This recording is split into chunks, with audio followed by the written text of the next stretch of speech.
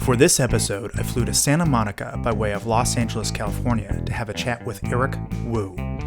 Eric and I jump right into his background in product management, how his feelings on it have evolved, the difference between Waterfall and Agile, and how to work with project managers. Eric talks about how it has affected his investments, his mentorship, and ultimately how marketing is affected by product management decisions. Without further ado, please meet Eric Wu. Hello and welcome to the RSnake Show. Today I have with me Eric Wu. How are you, sir? Doing well. Good to see you. Yeah, you too. You and I have known each other for 15 years? Yeah. I think so, 15, 16 years, something like that. And I think it's actually worth talking a little bit about how you and I kind of came to be working together. This was quite a long time ago, and you weren't actually working for me at the time when I first met you. You were working for the marketing team, I think. Yes.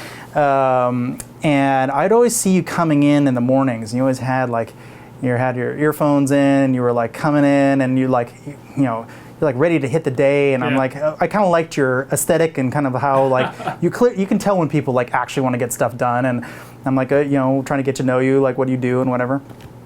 And you kept telling me about marketing, and I'm like, well, okay, that's cool. Like, what do you want to do when you grow up and be a big boy, whatever marketer? What do you want to do? And you're like, SEM. I want to buy ads on websites. And I'm like, sounds terrible. That sounds really awful. Like, I need to steer you out of that. It's like a tailspin watching it in slow mo. And so happenstance through random reorgs, I managed to get you under me, which I think at first you were kind of like, what the hell is this? What? Hell yeah. Like, I don't want to do this. And I'm like, let me explain how cool product management is and how useful it is. How do you remember this? So, oh man, that place was crazy. I mean, home store where walking into a company where the CEO just went to jail for cooking the books, and there was like a power vacuum. Everyone wanted to be the next big shot, and so, I mean, at least myself coming in, I thought marketing was a solution because prior to that, I was doing front-end development, and back then, no one really paid well for front-end developers. I mean, even now, it's still a joke whether or not front-end development is still real engineering. But yeah, so like my foot in the door was basically going through marketing.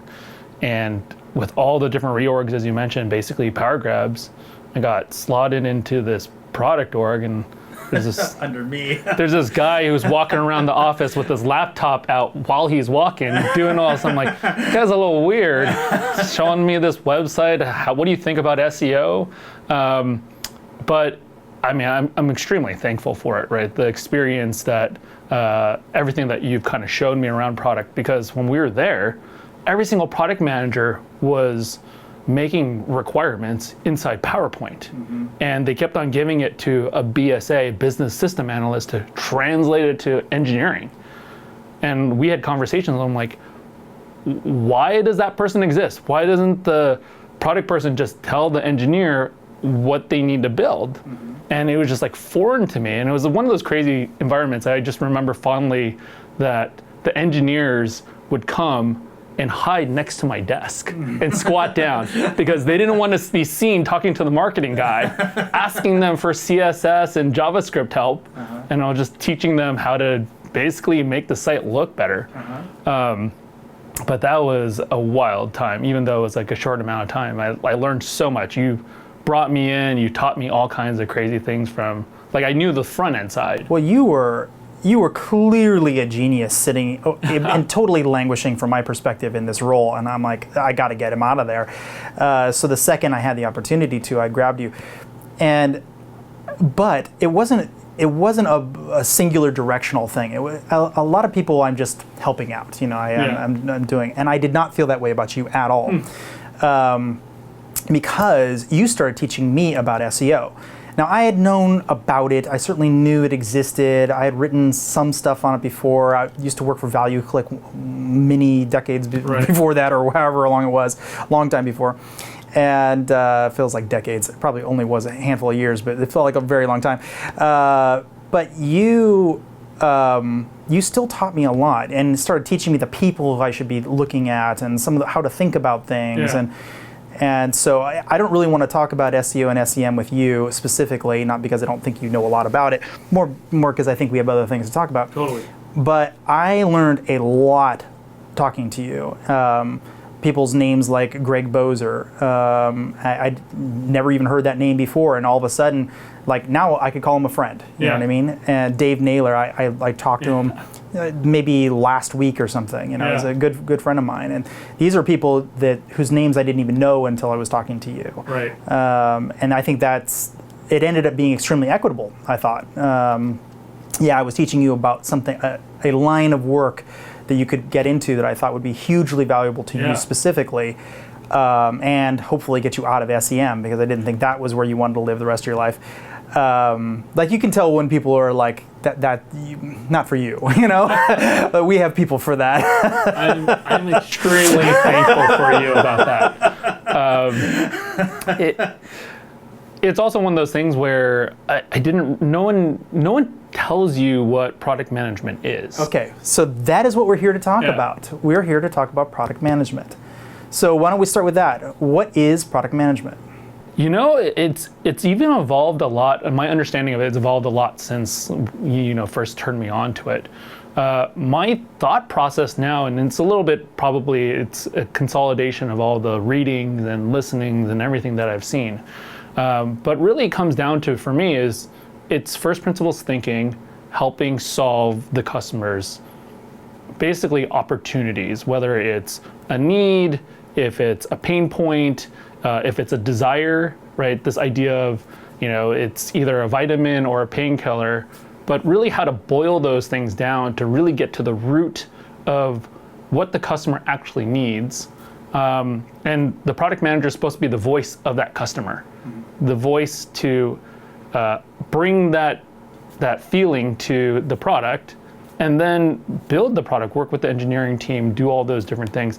I also feel like product management is also going in a weird way too, in which we can probably talk about, but there's kind of like this divide of are you a product manager or are you a product owner? And back in the day, learned about Agile. I learned it from the Agile team themselves, right? The ones who wrote Manifesto. And people have adopted that as a way to do product management, of understanding of, okay, we iterate and we put out product and we get feedback. But there's been this new kind of like evolution of product management that sits mostly outside of the Silicon Valley and the big tech hubs, where they're basically doing this practice called like Agile or Scrum in SAFe, right? Like there's an acronym around it. And you have a person who's a product owner. And the product owner is the person who just is almost like what we would commonly look at as a project manager, other than they do project management plus they run some of the scrums. And they separate what a product owner and product manager does, where the product manager almost never works with the engineers. All they do is kind of do the strategy side of things, which for me is like a really foreign type of environment. To me too. Yeah, because I feel like there's so much value you get from hands-on building with the engineers, getting that feedback, working alongside the designers and the analysts, where this weird separation of strategy and execution just doesn't go along. But I can see it working in other industries, right, where it's not such a tech-heavy type of environment, where things like Waterfall or kind of like a new way of doing Waterfall that's a little bit faster, those type of environments, I guess it works well. So I don't want to really necessarily knock it, but I do see that kind of, like when I talk to younger folks and people are looking to get into product management, they're confused because of this weird divide. So you have been in product management now for 14 of the 15 years that I've known you, or something like that, in some form or another. And you've moved around a little bit inside that role, and actually you've started running your own stuff and building out websites for other people and consulting and all kinds of things. So when you think in in your distant past and kind of moving into it, like if you were to have started over, like from the very, very beginning, and you were to tell somebody, getting into product management for the very first time, like what should they do, and how should they think about it, and what should they learn, and is there a specific role is it marketing? Is marketing the right avenue to get into product management? Like how would you sort of encourage somebody or would you even bother to encourage them? It's a super interesting question, and I do work with, and kind of like I'm in like certain forums where you have like really young people who want to get in, and it's just so strange because my own discipline was from /marketing and engineering, and you thankfully pulled me into it. I've seen so many product managers that I've worked with over the years. Each has a very diverse background. Some work from customer service, some that come from straight engineering. Some actually went to school for product management, which is also a completely foreign thing. Yeah, it seems like to me too. And now there's like, these kind of like boot camp-esque type of schools that are trying to ramp people up into product management. From my own experience, I would say that there's no one path, right? And even as much as like we've had conversations, and I've kind of tried to like at least emulate some of the things that you've taught for me. I feel like you can't copy anyone's path, at least in product management. It's something that you just kind of have to feel your way into. But at its root, what we talked about earlier is really having a real empathy for the end consumer, and really understanding kind of the psychology behind user behavior. And I think that's the thing that really ends up being the thing that allows great product managers to go from good to great, right? Where they truly understand what drives the customer, and then they figure out how to actually bring that to life. And I would say, the people's paths are different, and I would kind of encourage people to, I don't know, there's a bunch of reading literature out there on kind of how to become a product manager and what a product manager does. And it's a lot easier to understand these days as opposed to like any other time. I would say like there's so much information out there. Agreed. Yeah. It's not the same as when I got started. There was literally basically nothing. A handful of blogs, and that was about it. I would say also even when we got started, right? Or like when you got started and you showed me some of the ropes, and then I moved on to a bunch of other places. Yeah. I probably learned product management, like this idea of like if I were to start over, I probably learned it in some incorrect ways, right? Because I went to go work at a bunch of these large companies, and all these large companies have established products. They all have product market fit. And because they have product market fit, most of the time your spending is not building anything from 0 to 1. You're spending a lot of time just optimizing what currently exists, or preventing churn, or just like making like the mousetrap a little bit better, right? This idea that Clayton Christensen puts out there of just a better mousetrap. And I feel like the real unlock of being a good product manager is to have that experience of trying to bring something from 0 to 1. And in those other environments, I spent so much time looking at business metrics and honing my understanding of what drives the revenue, what drives the different elements of engagement. And while those things are important, I feel like I lost track of, or I wasn't really taught really well, that customer-centric view, where as a product management professional now and working with different founders, it's very clear that those who succeed are always putting the customer first.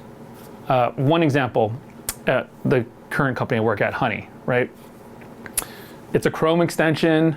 That Chrome extension basically saves people money wherever they shop. And the founders spent a lot of time to make that Chrome extension work on Amazon. And it made sense to me, right? Like everyone shops on Amazon. Of course you want it to work on Amazon, and I'm sure you make tons of money by having the extension on Amazon, being part of the Amazon affiliate network. When I first started working, I was like, wait, we don't make any money on Amazon? Like, are you effing kidding? Like, why wouldn't we monetize? And they had this mentality of they actually didn't trust Amazon. And after you look at everything that happens out there in the industry, yeah, I don't trust Amazon either. So we never hosted on Amazon Web Services. We hosted on GCP, and we never gave Amazon any of our data. But 30% of the product build, you had whole engineering teams and product teams building features that only worked on Amazon because we knew the customers were there.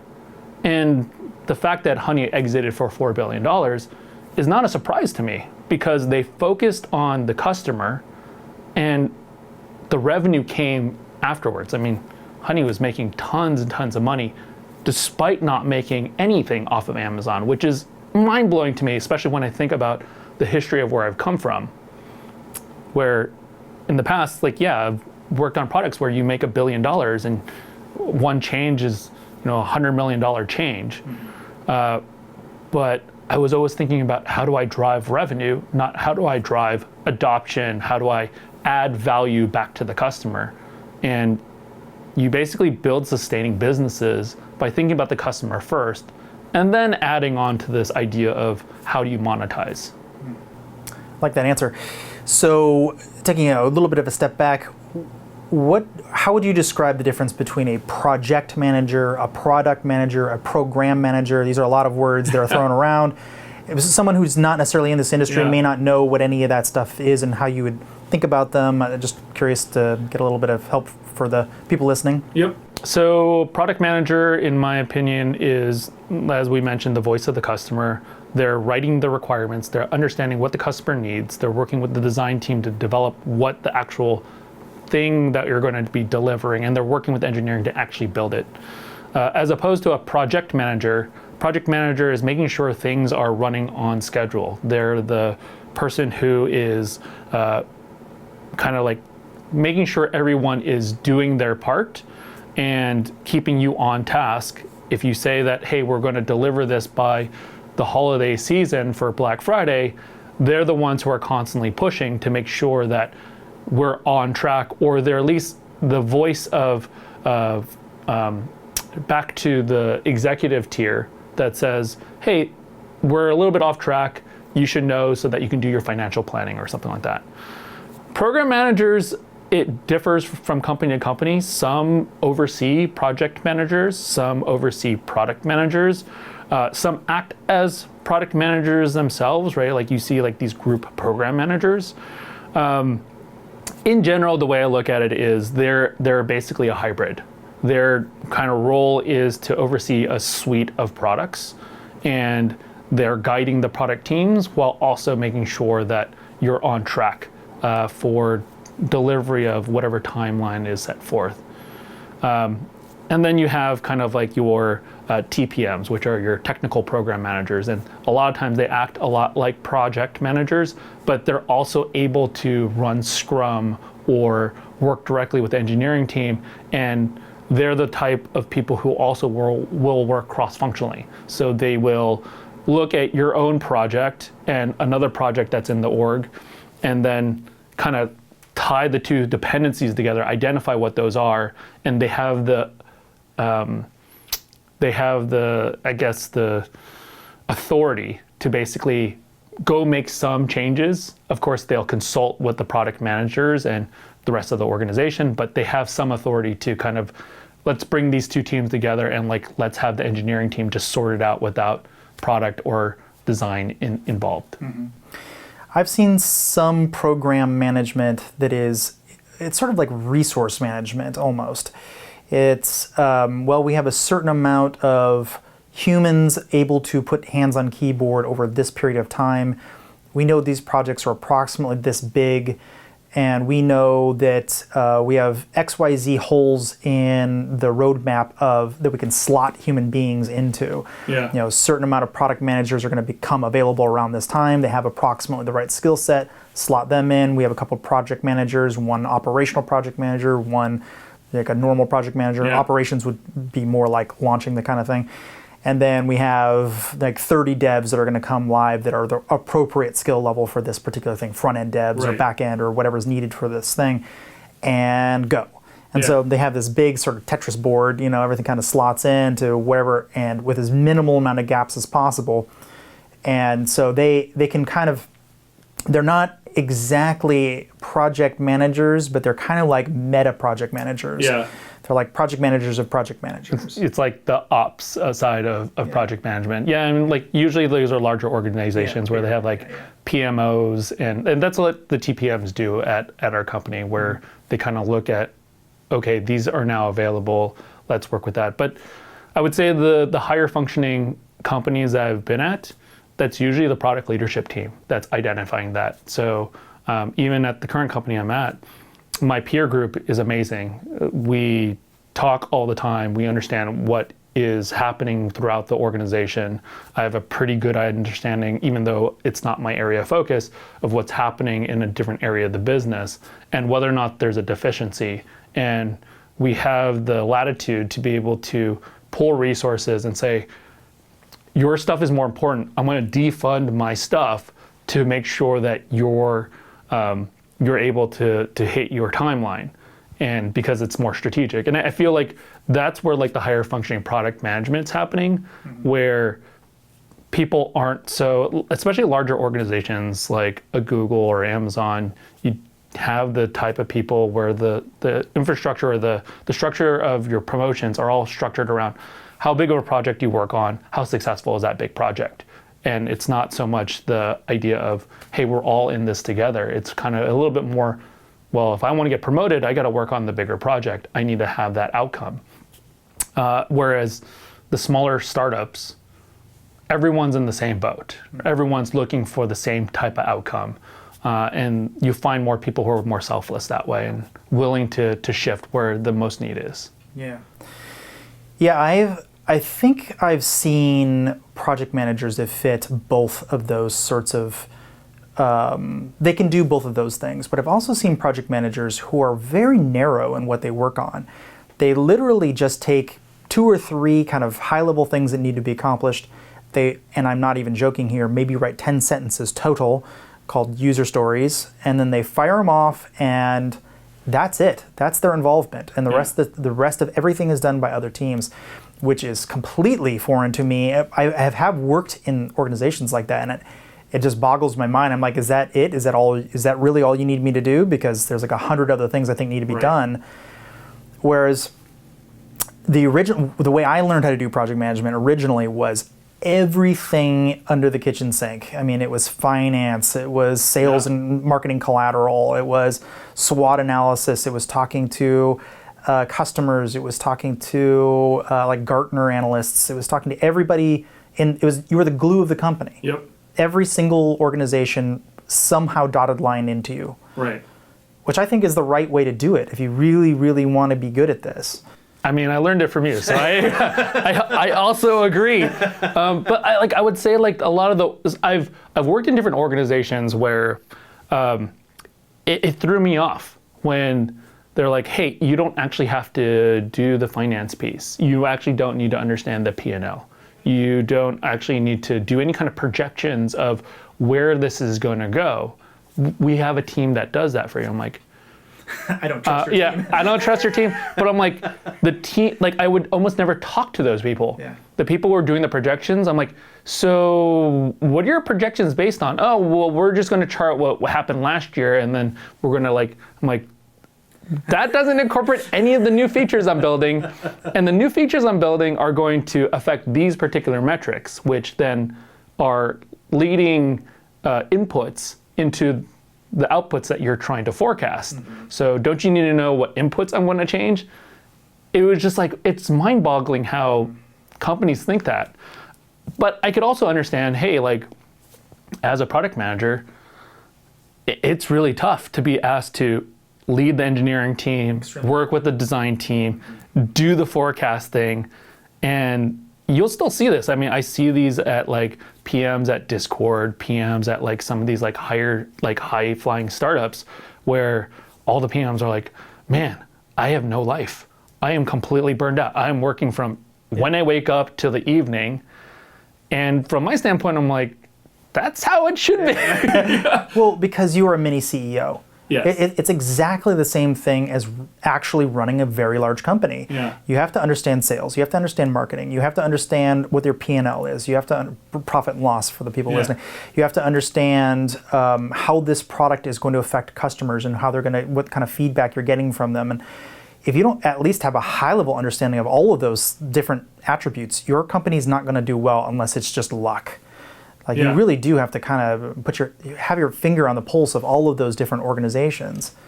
Customer support, engineering, these are all, if you don't understand what they're doing and what their jobs are and their pain points are, you're probably just setting them up to fail. I know I'd say a lot of product managers never get to that point, right? Especially those who kind of grow up in larger orgs, even where we worked, right? I never talked to customer support. I didn't even know we had customer support. I don't even know if we did have customer support, right? I never talked to our sales team. I'm pretty damn sure we had a sales team.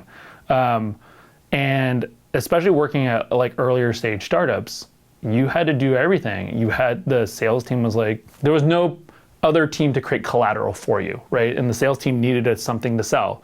Well, I've got to go jump on a call with the salesperson and talk to the client, right? Or the potential customer. What are we actually trying to build for them? And I think that's especially, kind of one of your questions of like, if you wanted to get into it, where would you start? I think some of those early stage startups, at least the ones that aren't like super early, where like I would say, they have 30 to 50 people in the company is a good size, where you'll wear lots of hats, and that's what a product manager does. Like they have to wear lots of different hats or have different roles. But you'll get exposed to a lot more things like customer service and sales.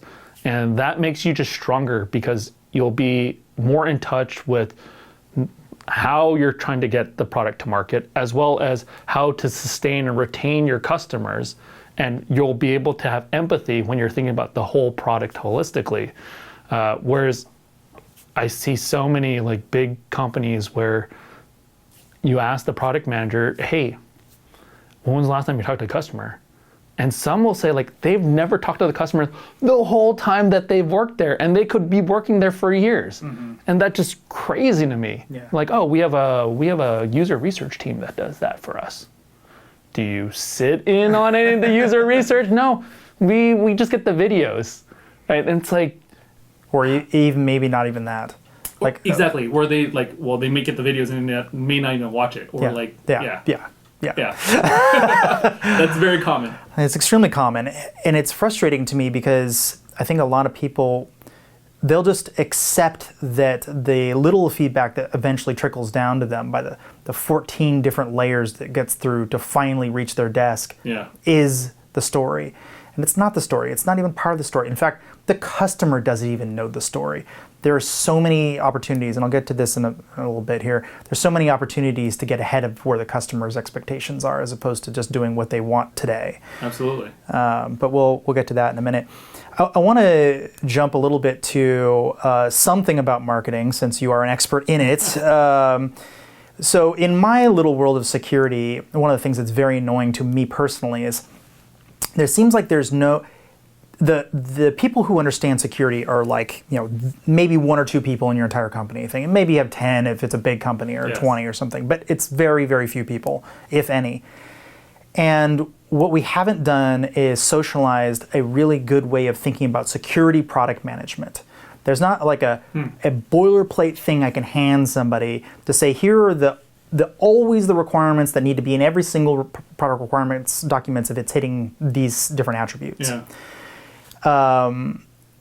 What is your feeling about marketing? Does it have a sort of a similar thing, or are people just not baking marketing into this thing? And what does that cost you when they aren't doing that properly? Yeah, so I think I recently read 2 books that kind of come to mind that answer this question. So one is Build by Tony Fadell, the guy who basically invented the iPhone and Nest thermostat.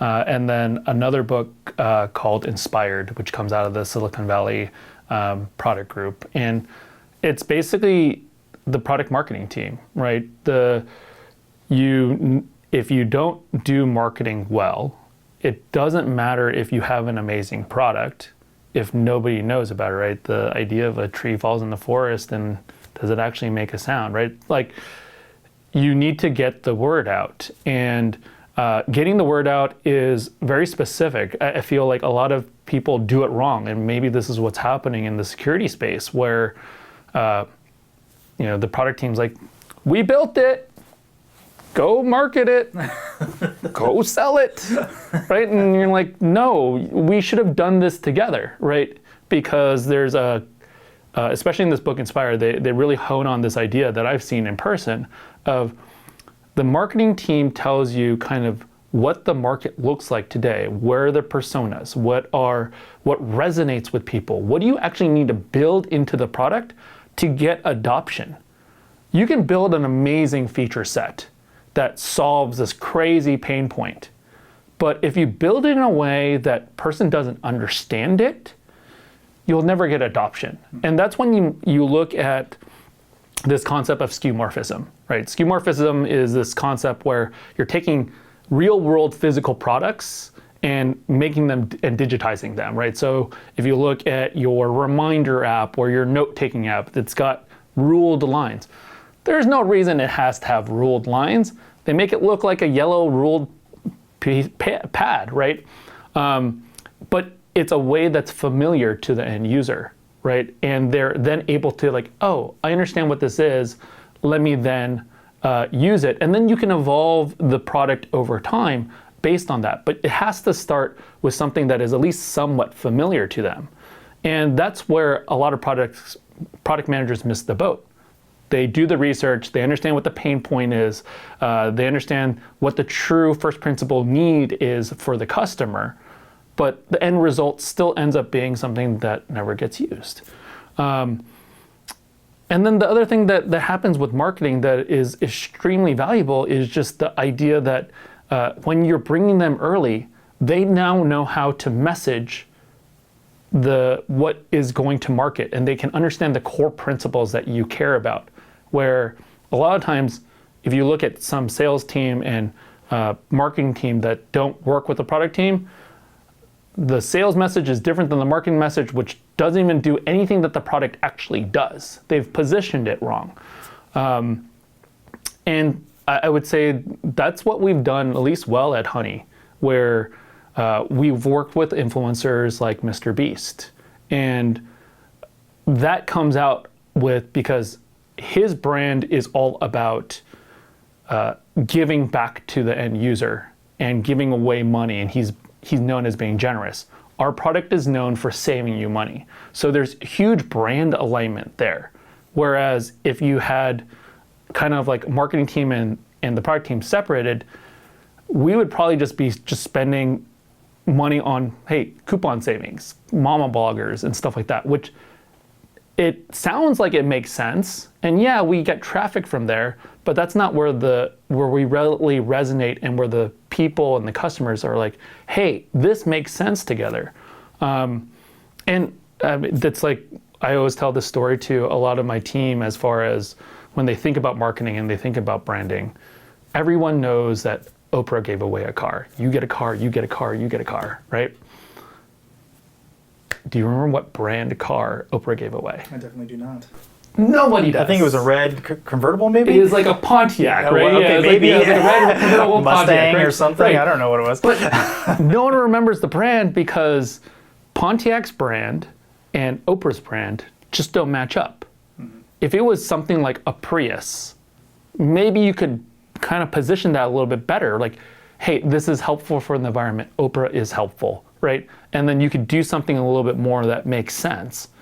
But if you don't bring marketing in early enough, they won't understand what you're actually trying to sell. And marketing is sales, effectively. It's yeah. A lot of people don't get that. They really, really don't get that, which I think is funny.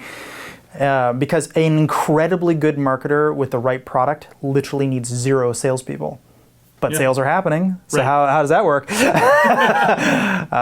So that's interesting.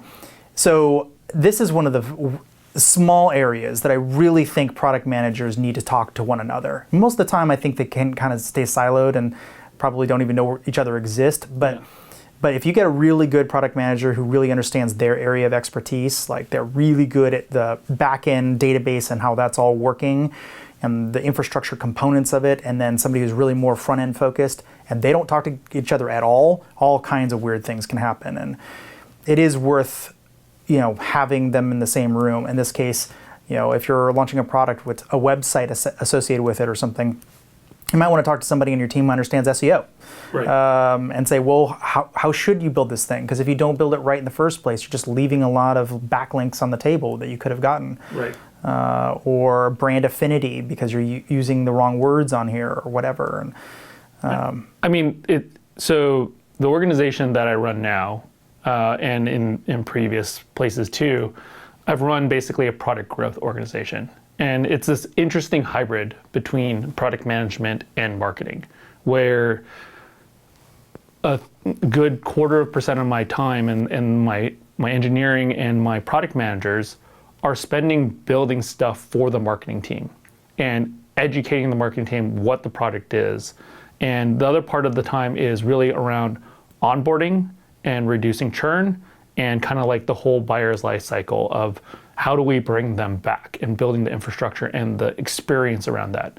And if you don't get the marketing message right, then when the person comes to get onboarded, they don't have that right context. Or if you want to bring the person back and you send them a marketing email, and the landing page or where you're putting them back into the product doesn't match up, then you basically have a broken experience. And that's where, honestly, if people spent a little bit more time thinking about, and that's why a product growth organization exists these days, is that a lot of times the product management team is thinking about what features can we build. They're not really thinking about the whole customer journey loop from acquisition to retention. Mm-hmm. And when you have a product growth group that's thinking about it, you have retention is a huge, huge power to any kind of organization, right? You spend so much money to bring somebody to your place of business, and if they don't stick around, then you've just wasted a lot of that money. And so we spend a lot of time making sure that first time experience is great, and every single time you bring them back, that it's great. It's just effectively being like a good host. It makes sense. I kind of think the funnel is one place where marketing, it's really a data-driven thing in large part, but there's a lot of things that are so obvious that people just get wrong. Like if you ask for the zip code ahead of time, they don't need to answer what city they're in. Or if they're clicking on a link from an email, you don't need to ask them their email again. Or if they went through a registration flow, you don't have to ask them to log in again. You already have their password. Like little things like that are just so obvious, and yet almost every company gets it wrong. And just kind of looking at the funnel and just going through it a few times, like this feels clunky. Why do I have to do this? You don't have to do it is the answer. Right. And marketing can help. Marketing can help you with these little onboarding issues in the funnel and monitoring kind of user adoption and where they start abandoning. And there's a lot of things that marketing can help with in that process that I think people just aren't taking advantage of. Clearly, right? Yeah. Or a lot of sites would be a lot nicer. I 100% agree. Also, I feel like at least the examples that you're putting out there, I feel like a lot of that is also what I call Me Too product managers. They see a big company like Facebook or Google or whatever have this design pattern or have this login pattern or whatever it is. And they're like, well, if the big guys do it, it must work because they've clearly tested it. And yeah, while it probably works for them, it probably won't necessarily work for you because you are not addressing billions of people, right? One of the things I think I've shared with you in the past, but I think is a poignant point, is that when I worked for a flower company, right? It was like a marketplace for florists. And in flowers, a lot of it is gift giving. Sometimes you buy flowers for yourself, and sometimes you buy it for for other kind of like, sympathy reasons. But a lot of times it's gift giving. And in e-commerce, the normal thing to do is to put the most difficult thing at the end of the checkout funnel, because you want to get as much momentum as possible, and then you stick the most difficult thing at the end, which is typically the credit card, and then you kind of like I've now captured that user, and that's the best way to think about that conversion funnel. What we looked at, though, and this is coming from market research and understanding the user psychology, is that in gift giving, you usually have to write a note. And writing a note is a free-form field, and it's really a tough thing. Yeah. A lot of gift-giving websites put that at the very end because they think that it's the most difficult thing. If I got you to put your credit card number in, then you're going to write the note. And that actually isn't the case. What we did was we put the note first. And that sounds super counterintuitive because it's the most difficult thing. You haven't even asked for their phone number, their address, their email address. Write the note first. But what we were banking on was this idea of an emotional connection with committed. Exactly, right? So like the imagery that I like is there used to be this old Volkswagen commercial where there's a person, they're looking at a Volkswagen, they really love it, they're on the phone, and they're telling the person on the phone like how much they love it. And then the camera pans over and you see two people and the salesperson coming out of the sales showroom walking toward their car. And the person by the car panics. And what they do is they lick the door handle, right? And they're like, I'm gonna lick all the cookies and claim it. Yeah. That person had already bought the car in their mind before they actually even drove it or purchased it. And what we wanted to do is we wanted to tell people that flower arrangement that you're sending, that's yours already. You haven't even bought it. And in gift giving, you don't even see the gift, especially in flowers. You're sending it halfway across the country or halfway across the world. You don't even... You have a vague notion of what this thing looks like. Right. And so we wanted people to have that feeling, I own this, even before they checked out. And what we saw was, yeah, you're going to get drop off from people not completing the whole card note. But after that point, 99% of the people completed their checkout. You now have a strong emotional attachment to this product. No one's ever going to abandon. And they definitely don't want to write that note twice. Exactly. Oof, that was already hard. Like, ugh. Yeah, exactly. I like that.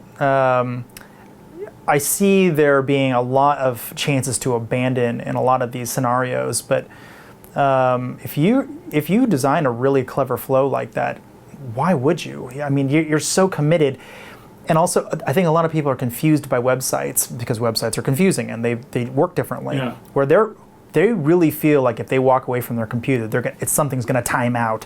It's going to go to a different page and say, oh, like, sorry, we just lost what you just did. So if they're not fully committed right then and there, there's a strong possibility whatever the work they just did is gone forever. Right.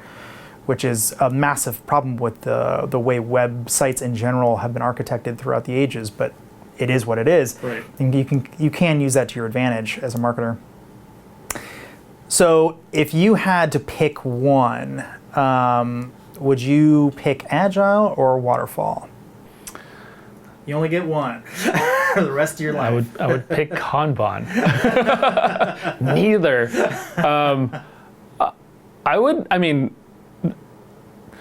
The funny thing is, I would say most people of course, Agile. There's no way that you would ever pick Waterfall, right? Waterfall is old. Why would you ever do it that way? I see some value in Waterfall. I feel like certain products, the way that they're built or the way that they're designed or the way that, especially when you're talking about physical goods, not digital goods. I mean, you look at the success of the iPhone, right? You need to make sure that thing is pretty damn polished, right? And of course, it's got problems and everything has problems on the first run, but they've done such a good job. And I'm sure there's some sort of Agile process where they're building prototypes and you can call it Agile. But for the most part, you got to really plan out what the end product is well ahead of time. Yeah, years in some cases. Yes. Yeah. And it's not like this, we're going to just try it today. A/B test it, and then we're going to pivot into whatever the outcome is, right? You just don't have that same opportunity. Even in some digital products, that's the case I've seen, where you have such a large audience, and you don't want to alienate that audience. And even I've seen it in some products where the community is so powerful, even when you give them something better, even when it's, they go from effectively Craigslist looking things to, new shiny startup with the latest widgets, technology and everything, the community hates it because they don't like change. And in those cases, something like a waterfall process makes a whole lot more sense, where you're taking a lot more time to really understand the customer, what their pain points are, and how to transition those people over. So it's funny that you are talking about this, because I really think that waterfall, I think what you were talking about earlier, where you had multivariate testing and A/B testing, I think that is one way where you can kind of get the best of both worlds. You can have this really stodgy old product that takes forever to launch or whatever, but you don't have to do it just all one big, just launch it and be done with it. I think everyone's a little afraid of waterfall because it's either on or it's off, but that's not true. There's ways to kind of roll it out, progressively to some percentage of the traffic, or only turn it on for certain users that are the more advanced users or more vocal users who are more likely to cause problems. I remember at eBay, it's a little bit different story, but along the same lines, we were changing everything from old default Netscape gray color to new Internet Explorer like 5 white background color. And everyone was really, really freaked out by this, because even if some small fraction of 150 million users calls up and says, hey, what's going on with my eBay, you have just exploded your customer support team. So that is not acceptable. So instead what they did is every single day for the last month, they changed it one shade closer to perfectly white, and they called it White Christmas. And so over the process of a month, no one noticed. Literally not a single person called eBay and complained. And so I think there's ways that you can sort of do all the things that you like about Agile. And one of the things I think that's, I wouldn't say wrong with Agile, but hides. The Agile allows bad product managers to hide. And I don't like that because you end up with bad product. But it comes down to user stories, because I think user stories are very powerful, very useful, especially if you're trying to have someone with zero empathy to understand customers, because a lot of product managers have a little Asperger-y sometimes. So it's good if you have them write down what the customer is specifically asking for. That's true. But if they're not translating that into what the customer actually technically needs, not just what their user experience is, but the underlying what this thing's supposed to do on the back end, you're basically just making the engineering team do product management. You're asking the engineering team to understand the customers and do all that work and understand how things should be colored and where things should be on the page, and so effectively the product manager's like, you figure it out, because I'm not going to do that. And so in that way, I think you could take the best of both worlds. I think you could, which I know I didn't give you this answer, so I know I'm sliding in the middle answer here. But I think you could take the user stories out of Agile, put them in Waterfall, and get a lot of the same value.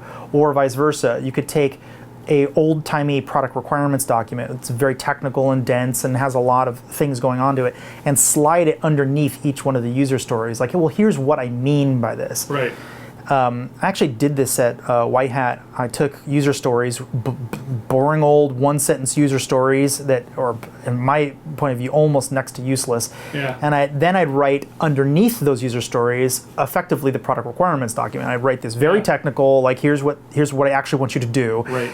And I remember the engineering team came up to me on 2 different occasions. They're like, this is the most well-written product requirements document, or whatever they were called back then. I forget, they had a name for it, that I've ever seen come out of this company. And I'm like, well, yeah, that's because it's written like a product management, like a real product manager would write these things, not just like throwing some user stories out there, which to me seems more like something that would come from customer support.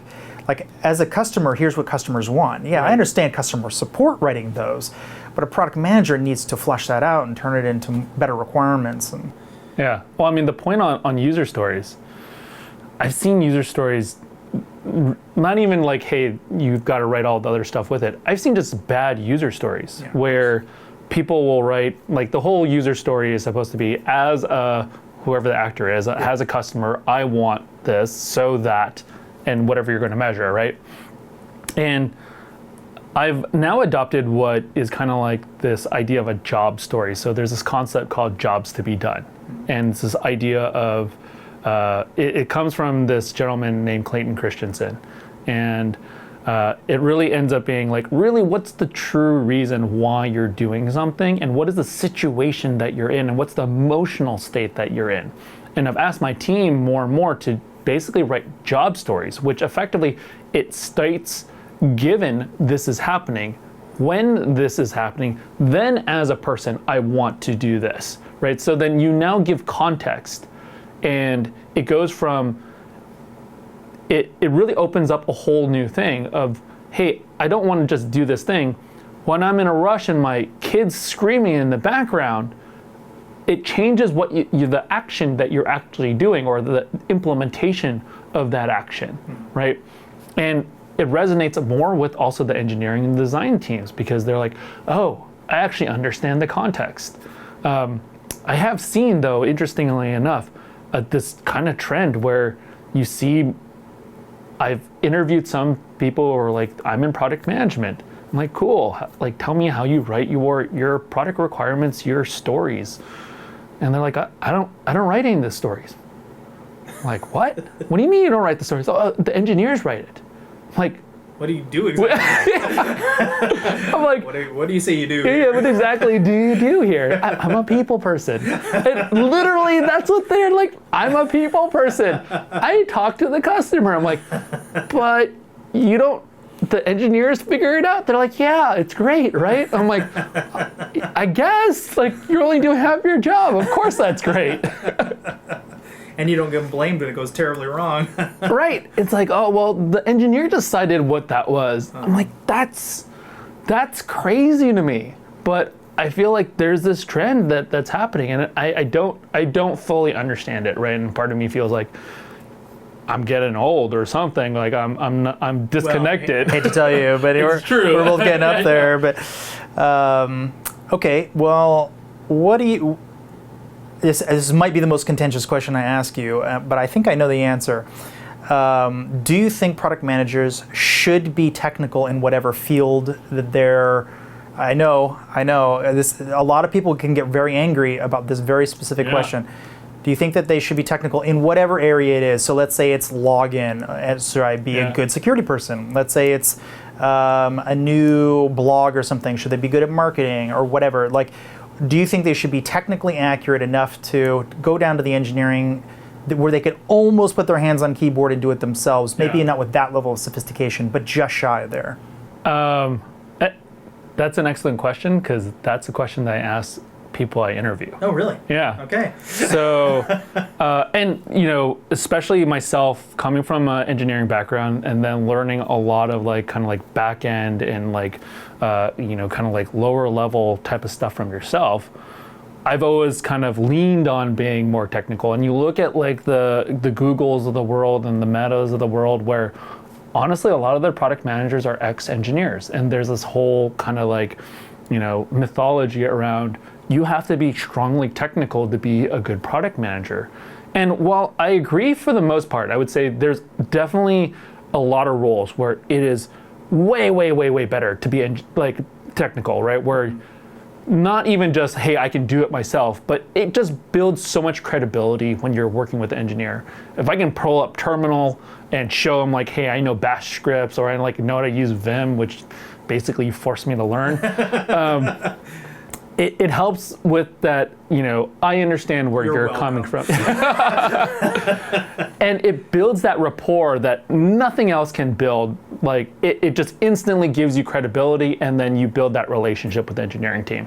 And then when it comes to certain things, especially with security or accessibility, or some of these more nuanced things like login, where, login and identity is always the most interesting thing, because you get some CEOs just slap a login on that, and I'm like, You realize that's a lot of work. You got to send the email. You get like, do you want magic links? Do you have password reset? What are all the requirements around that? And being technical. Do you want to stop brute force or not? Yeah, exactly. There's quite a few versions of that as well. So being technical is extremely valuable, but I would say myself being very technical has held me back quite a bit. Interesting. Having worked with a lot of different founders, especially like Honey. I met the founders 6 years ago. I didn't join the company until about 2.5 years ago. Every 6 months, the founder would come like, hey, Eric, would you like to join the company? They exited for $4 billion. If I had joined back then, you wouldn't be here. I wouldn't be wearing this. I'd be wearing something completely different. But you'd still be here. Right, exactly. I'd still be here, of course, right? You know, but it wouldn't be an Apple Watch. It'd be a Rolex with an Apple Watch on this arm, right? And it's because if you're super technical, what I find is that it holds you back in the sense that your mind goes to, is this possible, right? Is this actually feasible? Does this fit with all the engineering tech stack that we currently have? Which is extremely valuable in a lot of cases. But when you're trying to think from something from 0 to 1 and invent something completely new that the industry hasn't never seen before, you need the people who basically don't have any boundaries, right? It's like the idea of like, how does a bumblebee fly? It aerodynamically can. I don't know if that's true or not, but then it just believes that no one's told it that it can't, right? So it does. And that's what you find with a lot of these founders who, quite frankly, I'm like, that is the stupidest idea I've ever heard.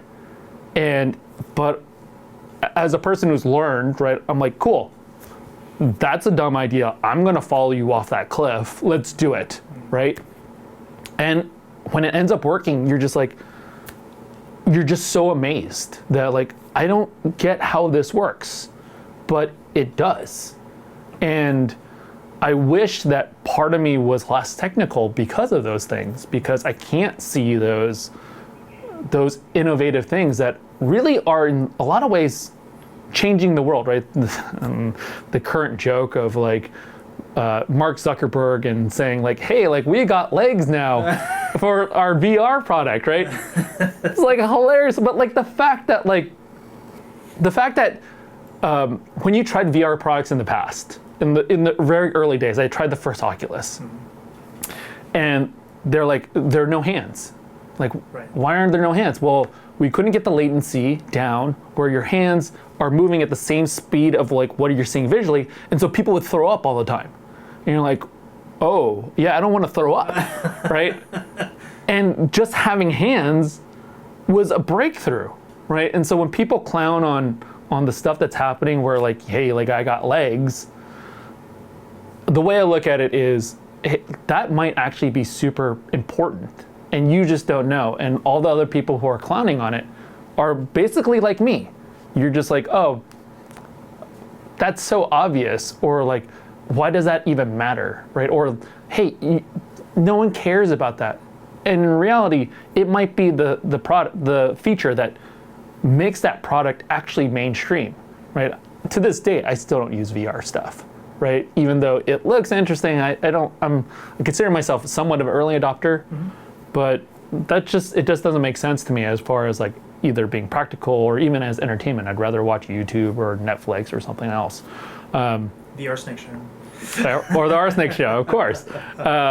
But those are the things where if you're not technical, right? And I know like Zuckerberg is probably technical, but some of the people that are probably ideating these things, they are at least able, if they are technical, they have a superpower where they can put that aside, put that on the table over here and say like, hey, I'm gonna put the technical over here and think crazy, right? And it is something that I've learned to do over time, right? This idea of like, how do you do 10x thinking, 100x thinking, right? Even 10x thinking, now that I've been into it, I'm like, 10x thinking isn't enough. You actually need to think 600 times, 1,000 times x, which sounds crazy, but that's what products have done. That's what like the mobile phone has done, right? That's what chips have done over time. If you're not thinking that far, and if you're letting technology constrain you, then you're never going to be able to change the world. And I feel like that's kind of like what, at least personally, I want to have more of an impact on the world in a meaningful way, not just an incremental way. And I feel like that's where people in product management, if you're technical, great, but also learn how to kind of put that aside. And if you're not technical, don't rush to necessarily be technical, right? There are advantages of not being technical. So I actually came up with a little thing that I do just to allow my brain to relax, because I too am quite technical, and and I find that I can be a little rigid in my thinking sometimes, and I don't like that. I like to be more flexible.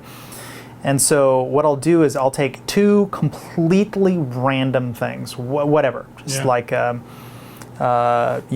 beach, since it's since we're here down on the beach, and Jameson, since I'm looking at a mini bar with Jameson, and they're not paying me, by the way. And I'll think, well, how are those two things related? Yeah. And off the cuff, they aren't at all, right? But then I'll spend the next couple hours just saying well, people could drink Jameson on the beach. Maybe Jameson doesn't work well on the beach because, it's a kind of open bottle and, they're not going to allow it. So you have to have plastic bottles and, just start letting your brain relax and think of Jameson and beach at the same time, and don't be rigid about it. And then think well, why doesn't Jameson come up with a brand for the beach, a beach branded Jameson or whatever, and kind of just keep going and just let it happen. And just what you'll find the more you do, I don't do this exercise very much anymore because I've kind of gotten over the point where I can do this pretty easily. But when I got started, it was really difficult. I was like, these things aren't related. They really aren't related. But then, maybe they're not directly related, but there's 1 degree of separation, and I can create that little linkage. And then actually sort of they are kind of related. And I was doing this at some point, I think with Kareem Hijazi, on his podcast. I was like, it was taxes and cell phones. How are those things related? Well, they're not. Well, but actually it turns out you can tell someone's tax bracket more likely by which phones they have. And maybe you could tell which states they're in and then tax them differently because it turns out they're in California Nexus and all kinds of stuff. And then it becomes, they're very related. And you can do these weird things in your brain and just let yourself open up. So maybe I think that's a great exercise. I mean, it's kind of fun anyway. Yeah, I'm definitely going to try to do that. It's fun to play on somebody else where you're the one who comes up with it. That way, it's not their brain, and now their brain has to deal with this weird thing you just said. Yeah. I think, ultimately, I agree with you. I think being very rigid in your thinking is a trap. Yeah. And I think thinking of what is current and what is possible with today's technology is a trap. Yeah. And so you always have to be on the lookout for, well, I heard this one guy is working on this one thing, this one place, and it's not quite there, but it's close. Yeah. Maybe we can take a look at their technology, or there's this other thing it's not what we want to do, but it might be some directionally inspirational.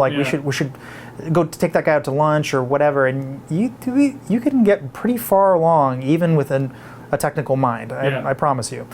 At least for myself, what I've learned to do is drill things down to the first principles, right?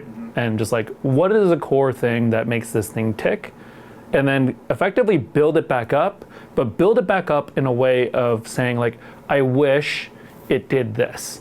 And if you just keep on saying I wish it did this, I wish it did this, you're well, it's never going to do that. And then you ask yourself well, why couldn't it never do that? And then how might we basically make it do that thing that you wish it could do? But that's way too expensive. You're but maybe it's worth it. Yeah. Maybe we should do that. Right. Yeah. Yeah. Yeah, I think that is one area that I think a lot of people get constrained by. It's well, that's a lot of work. Yeah. That's why we're going to need some engineers and some money. I am firmly in the camp that being more technical is better. I am firmly in that camp. Yeah. Not to say that there isn't room for non-technical product managers. I think there is. Right. I think a lot of CEOs are exactly that. Right. They're non-technical product managers telling other people what to go do. But it's still very valuable to know how it all works. And not necessarily the bits and bytes of the underpinnings or whatever, but even that sometimes quite useful. I've definitely been in meetings before where they're pulling their hair out. They're like, I don't know how to do this. Yeah. And I'm like, well, let's get on a whiteboard and let's figure it out together. And we get there. I mean, ultimately they have to code it. They're the ones doing the hands-on keyboard, but it's iterative. It's working with them. And if I literally gave it to them to solve, I'm not sure it ever would have gotten solved. Yeah. I've definitely been in those situations. I would say what's nice about the industry that's changed a lot is the QA department is very much not manual QA anymore. You have SDETs, you have real developers effectively doing QA, right? And I find those people are the most interesting people to talk about the product with, especially when you get into these weird conundrums of technically is it possible or not. And they're kind of in that position where they need to very much understand how the product works from end to end and do all the integration tests. But they also understand how the technology works at the same time. And so, if you're not technical, those are great people to kind of lean on. But I usually try to make friends with the SDETs as much as possible because I'll take them to lunch and we'll just go back and forth. And they'll reveal stuff to me. I'm like, I never thought of that. And I'll reveal stuff about the customer that they're like, oh yeah, we should do that. And they are empowered to be able to then work with the engineering team to make certain changes. But yes, having that technical background really does unlock certain things. I firmly am in that camp. Yeah. Also because I've seen a lot of very bad product launch by people who, if they had just been even slightly more technical, they would have seen this coming. Yeah. It's that was never going to work. Never in a million years, never, ever, ever going to work. And you just don't have the mind for how technology in general works, not even programming language, just in general. Yeah. And I think that this is not taught anywhere. So I gave this one class this one time. It was a security product management class. I gave it twice, only twice, both to the same company. It was a government contractor, and it was 4 hours class, and it was just it was a war game. So one half of the class was the people who were they're the product managers. They were building product, and they got I think 100 points for every flow that they created. So. You get 100 points for if you make a registration, login, send a friend functionality, forgot password flow. Every one of those flows gives them 100 points. Okay. So they're heavily incented to launch product. And the other team, they're the hackers, and they're just heavily incented. I think they get up to 100 points for every percentage of data that they exfiltrate out of the system per round, right? And 5-minute rounds. And so my role as the proctor was I'm two things. I am the most overbearing boss in the world who will deduct points for every $1,000 that they spend to build the thing. They get 1 point deducted above and beyond the engineering staff. So if you have to put a firewall in there, if it's a $50,000 firewall, minus 50 points, that kind of thing. Yeah. Or if it's hire staff and they're $100,000 a year, minus 100 points. You know what I mean? Whatever thousands of dollars, you get points deducted. And I'm also the world's worst engineer. And I don't mean not capable. I'm the most capable engineer. Right. I'm just the laziest engineer. So if you say build a login page, I will build a page with a username and a button that says login, and it doesn't even have a database in the back end. You click the button, no matter what you do there, it'll just take you to the next page. And very quickly, everyone hates those team sport type training. Everyone hates it. They always hate it until the second round. And then when they realized what a bad developer I was the real threat, not the hackers. It was me. They were having to work around me. Right. And so by the end of this thing, it was frantic. By the end, it was real close. Both the times I did it, really, really close score. And one time one won, and the other time the other one won. So it was pretty even. And they both won in weird ways, as you'd expect. They were kind of hacking each other, trying to figure out ways to game the game, and which was great. It's all fun. Everyone having a good time. But there was 3 gigantic whiteboards. I mean, these are 20 feet wide each, 5 foot tall or whatever. Yeah. And all of them were completely covered with my writing, basically showing you said blah, blah, blah. Hacker wants to do X, and here's what's going to happen, and Y, and blah, blah, blah. And so every time the hacker tried something, I'm like, yep, it worked because you didn't put these controls in place because you never told me to put these controls in place. And then they tell me to put the controls in place. I'm like, yeah, but you didn't tell me in what way to do it, so I did it in the dumb way. I'd give them all these terrible and so they're really fighting me, and I was the real enemy if you really think about it. Yeah. And so, okay, after the whole thing's over, I get 3 questions. I'm like, okay, first of all, is there anyone in this room who thinks that I couldn't, with 3 gigantic whiteboards full of, security things that you think you've built, does anyone here think that I can't break into this website as it's currently designed? Right. And of course, no one raised their hand. I'm like, okay, well, here's like the 3 ways I do it just off the top of my head. Blam, blam, blam. I'm like, okay, second question. These are massive whiteboards. These are huge. The biggest ones I've ever seen, kind of thing. Yeah. And the 3 of them, like two on one wall and one on another. And I'm like, does anyone here, and you're looking around, does anyone here think that you've ever seen a website that is as well designed with as many security features as this website is? And everyone's like shaking their head no, because this is an insane amount of work. It's 4 hours of them thinking through security product management, of designing the most important critical flows that every website has. And then the third question is, how do you think the adversary is thinking about your websites right now? Do you think that they're as secure as this? And they're just running back to their desks. They're like, oh my God, I gotta get back there. And so this is the thing. I don't think people are actually being trained like this. Clearly they're not, otherwise I would have heard this story from somebody else. But what does it take to get them past the point at which they're, vaguely interested in product, maybe they're interested in security tangentially or whatever, or marketing or whatever it is, to like, I'm going to jump out of my chair and go fix this stuff. And now I've got a much better sense of what my customer, in this case hackers, but it could be the good, the good guys as well, think about my application and make it work for them. Yeah. I'm not exactly sure what the question is, but well, how do you get that in the head of these product managers? I think they're so behind that me sitting there in 4 hours completely changed the way they thought about it. Like, how do we get them to start thinking, well, I got to actually understand how this stuff works? It's both. So the way I think about it, it's not just the product managers, but also like you as a terrible engineer. Like, you also see the terrible engineer is not very uncommon, right? Well, it wasn't in the spec, so we didn't do it. You're like, what the hell? And the way that, at least that I've done it so far, is kind of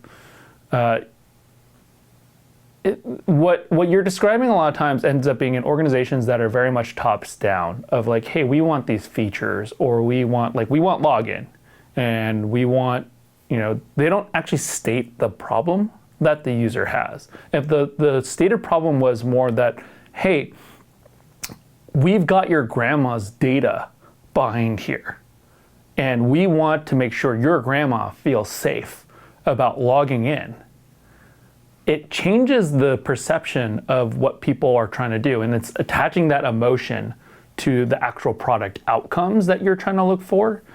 And these are things that I've presented to engineering teams. As you go through certain companies, you get attrition and people start leaving, and I've gotten in the situation where I don't have enough product managers to actually help the engineers build, and they're like, well, what do you want us to do? And I've worked in functional places where the engineers know what to do, because you set a goal of, this is what we actually want the user to feel. This is what we want the outcome to be, and go figure it out. And they end up spending the time to iterate over all the different possible attack vectors in this case, and say well, what's the most common thing? Let's patch those holes first. What is the next most uncommon thing? And they get to a point where okay, it doesn't make any more sense to keep on going. Let's release the thing and see what happens.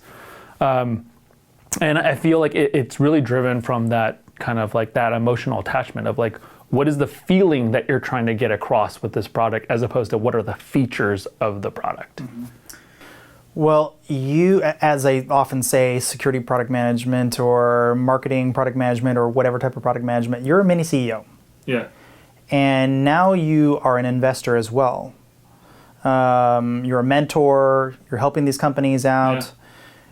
How do you communicate the value of product management externally into these companies? Like, how do you infuse good product design or whatever into these companies from the outside? I mean, a lot of it is kind of like what we're talking about, right? And it's no real different than when I am mentoring like a direct report or a one-on-one. It is a little bit, in some ways it's different because, you don't get to spend a lot of time with those people, especially as an investor, right? You're just kind of like, you're hopefully smart money where they ask you for certain advice.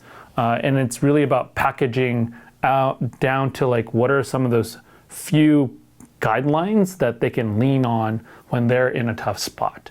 And a lot of those guidelines is put the customer first. Really think about what problem you're solving for the customer.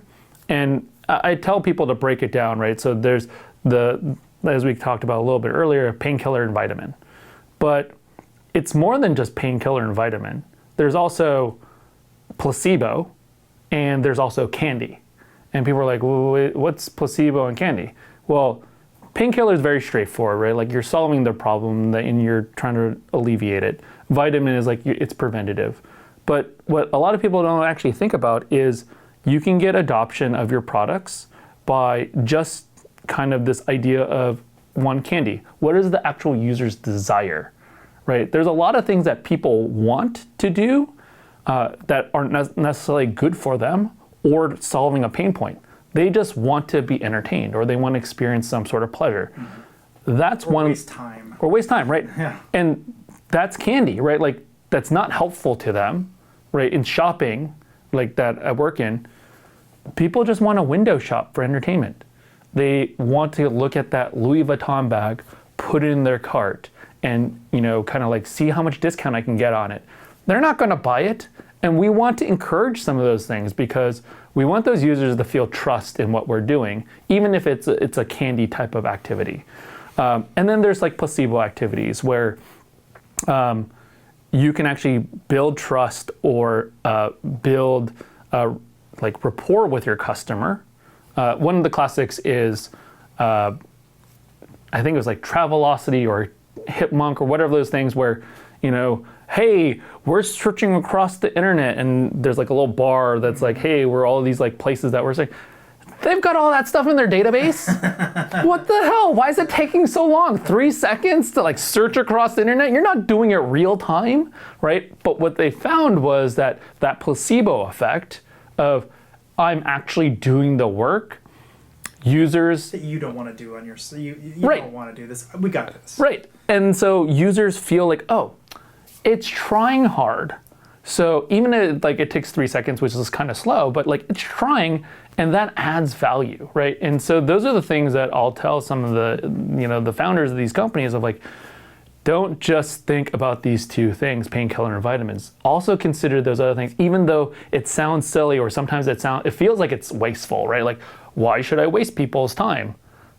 Well, you waste people's time because their mental perception is that that's value to them, right? I do a lot of reading around Dan Ariely, who he writes this book called Predictably Irrational, right? Like, people are not rational. They're not logical. We think we're logical when you're asked. The markets would be a lot. Exactly. And so you have to be able to put yourself in those positions where the person's not going to make the logical decision, and you have to anticipate what that non-logical decision is. All right, so this might be a completely throwaway question. We can always edit it out if it sucks. But I'm kind of curious if you have any sort of like big battle scars or whatever. I mean, you've worked for some enormous companies now, like some of the biggest companies in the world. Yeah. Any sort of big picture, crazy stories that around product management that might be interesting for the kids and some people coming up and worth knowing? I mean, you've seen a lot of things. You've been to a lot of these companies. I was just going through like Rent, Cars, Edmunds, Snapchat, TripAdvisor, Pinterest, Uber, Condé Nast. I mean, those are enormous companies. Yeah. Anything stand out that would be worth talking about? Like a battle story, war story? Yeah, from your copious amount of product management. We can always cut this if you don't like the question. I'm just kind of curious if you... I'm just trying to think of like a good example. I mean, some of it is not really necessarily product management. I'm thinking about like kind of like just like bad, nasty situations that I've been in. Sure. I guess some of it is product management in the sense of it's more from like a product leadership standpoint, right? Which is different than actually thinking about the customer, but thinking about your organization. So when I was at Spin Media, it used to be called Buzz Media, and we ran a bunch of these website properties, spin.com, vibe.com. We ran all the Kardashian websites. Mm-hmm. We ran some of the most popular pop culture and music sites on the internet. Mm-hmm. And that was one of like the craziest companies I've ever worked at, because when we got in there, the CEO and the CTO were doing some really shady things, and the CFO too, right? Where you're like, hey, let's go see the data center. And the dude who runs the data center pulls up in a Bentley. You're like, that's a little weird. Never seen no DevOps guy pull up in a Bentley before. Okay, like let's go see the rec. It's like one cage, 3 or 4 servers. You're like, where's the rest of this? Where's the money going, right? And it became one of those situations where every single day from a business perspective, you're finding like you're uncovering more bodies and more bodies and more bodies. And you're like, there can't be more, and there are more. And trying to make sure that your team is encouraged and they're understanding like what we're trying to do for like the audience and the people that you're serving. And a lot of that was really difficult times because, you've got changeover of management, you've got changeover of like your investors. You went from, hey, we're going to be like, doing amazing to, oh my God, this place is like burning down around us and we didn't even realize it. Mm. So, and a lot of that was basically building trust, right? Building trust with the core product team and the engineering team, making sure that they understood the mission that we're on first and foremost of, providing the best entertainment for the customers who are coming. And then secondarily, just trust in one another that, hey, no matter what's happening, we have the best interest of your own career. And if people needed to move on, people needed to move on, but we're doing it from a standpoint of like, hey, this is going to be way better for you. And that was a tough situation where I actually had to lay off my own friends, right? Where there are people you bring in and, a year and a half, 2 years later, you're like, it's not working. I'm sorry, I got to lay you off because we don't either have the money or whatnot. But we did it in a really great way where because we had built that trust and I've worked with people who are like, oh, we're like a family. I'm like, never say that to me, right? Like we're a team, right? And just like any kind of sports team, while we should be working well together, you can get traded. I may not be able to pay you your salary. You got to go someplace else, right? But as long as you have that mutual respect, and you treat people with respect, and you treat what you're doing together as a teamwork activity, then I feel like those are the best outcomes. And a lot of my friends who I had made and I had to let go, I worked with again 2 or 3 companies later because we knew that when shit hits the fan, that we still have respect for each other and that we're going to basically work this out in a way that makes the most sense for each individual as well as the company. Again, thinking of it as like a sports team, right? Like you have fans, you have people that you need to serve, but at the same time, we're not a family, and because you can't fire family, right? And those are kind of like, at least that stands out as more of like one of those like crazier war stories. No, I know some people's family has been fired, but yeah. a not similar story, but a war story that I've got, which I think is kind of relevant to this, is when eBay was buying Skype. And I'm just looking at this thing. I'm like, why is eBay buying Skype? I just don't get it at all. Like, there's just no synergy there whatsoever.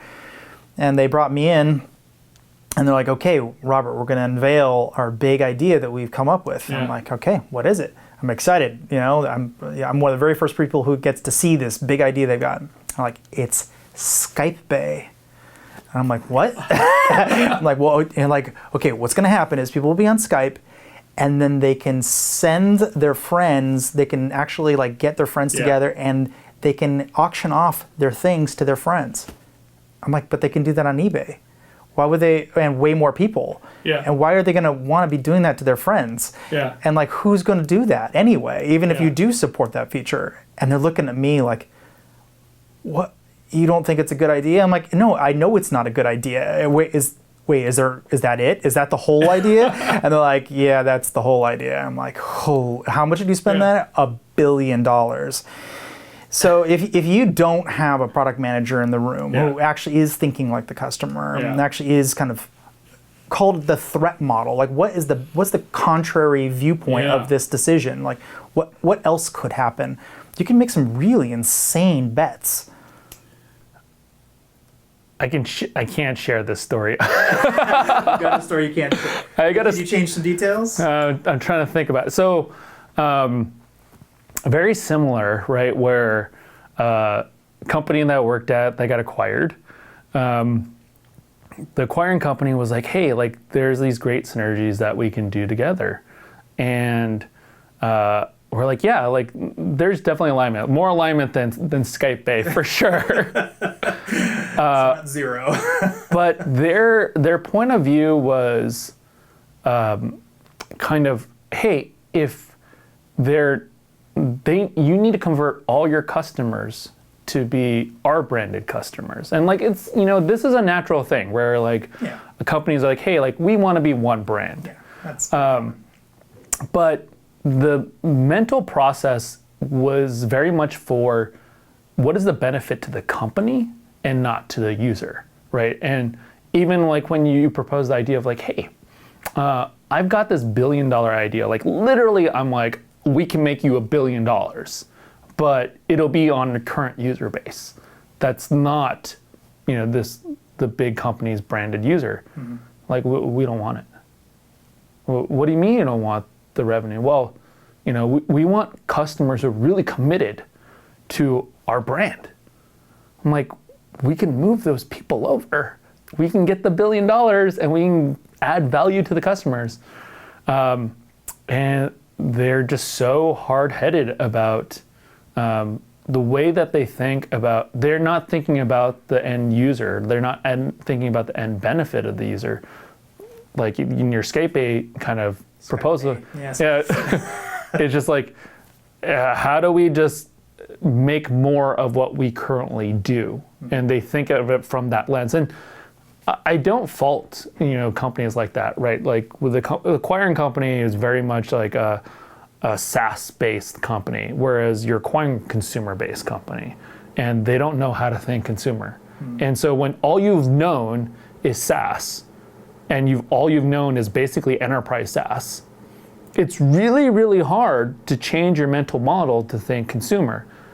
And especially when the acquired company is much smaller, they're like, hey, like this is how you think about consumer. This is how you should, you know, approach consumers.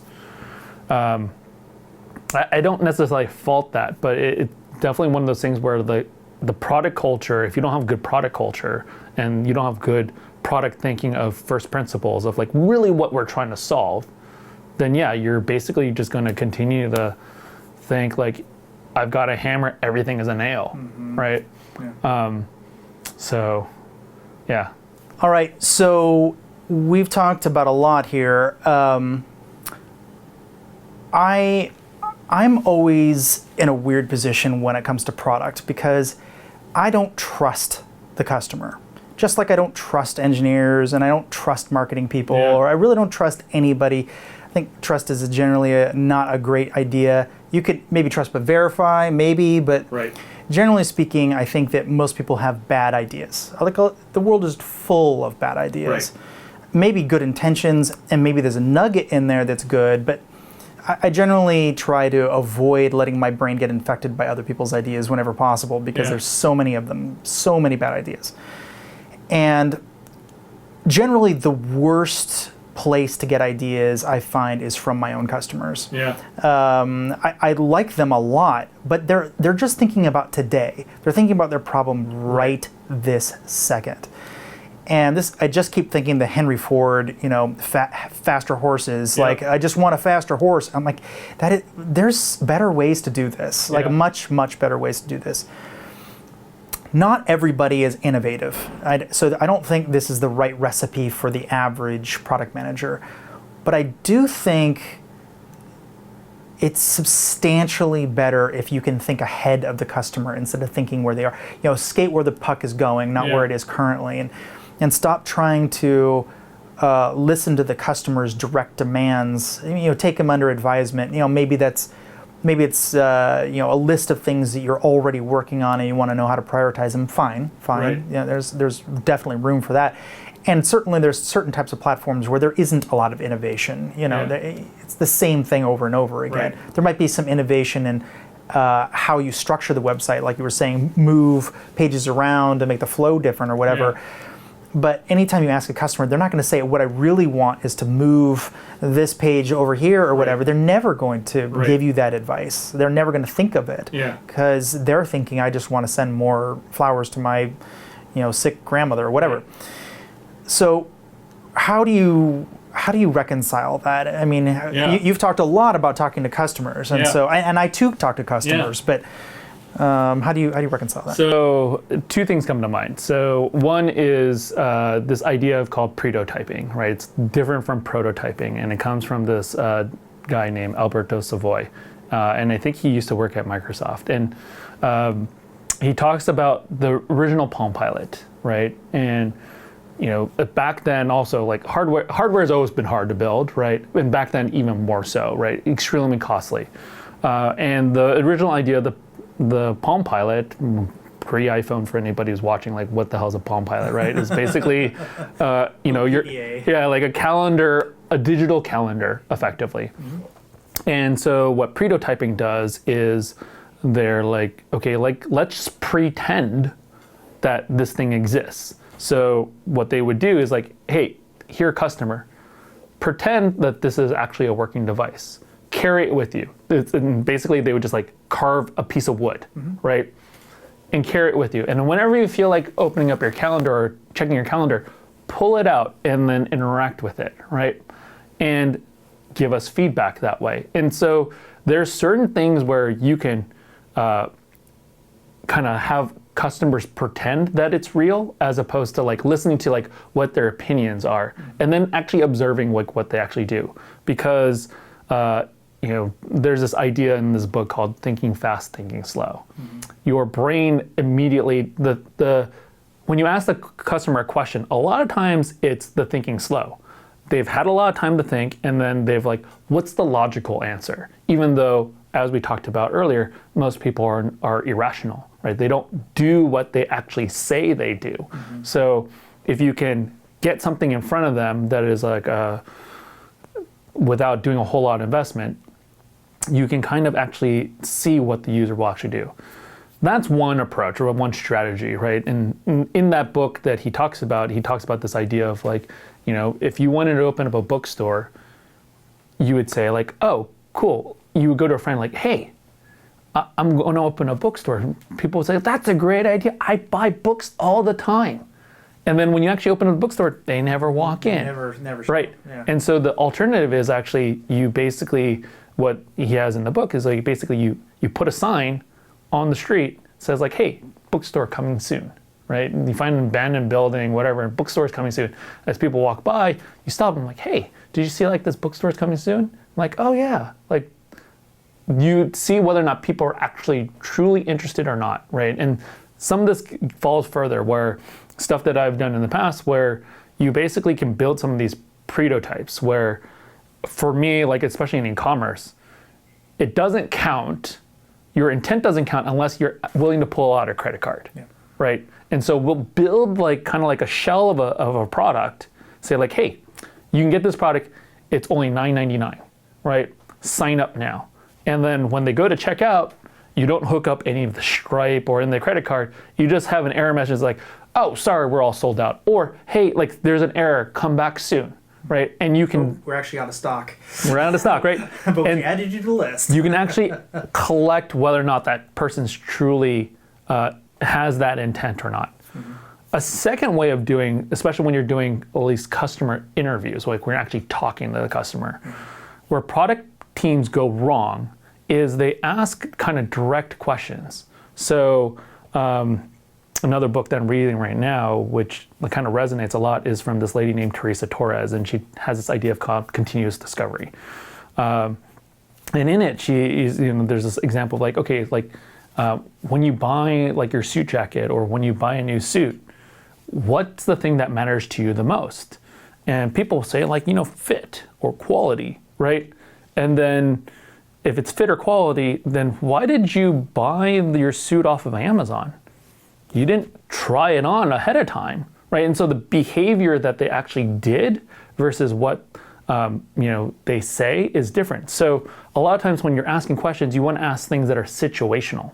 So instead of saying, hey, what do you care about in what you're purchasing? Tell me that last time you bought a suit. Well, I bought it on Amazon. Oh, that's interesting. Why'd you choose to buy it on Amazon? And then you can kind of unfurl what they're truly doing. They won't know that they're revealing their true intents. But because it's now situational and you have them recall the time that they did something, then that really gives you the actual context. And then you can actually also ask them for kind of exceptions to that rule. When was the last time you bought a suit, but like it didn't fit, right? What did you do, right? And then those are the things that can pull out the true information so you know what to build. And so those kind of two type of tactics can really unveil a lot. Will it be 100% perfect of what you're doing? Of course not. But it'll eliminate a lot of the kind of rabbit holes and tangents that you end up getting into just by like one person's opinion over another, and you end up spending time running an A/B test when you really don't need to resolve that opinion difference.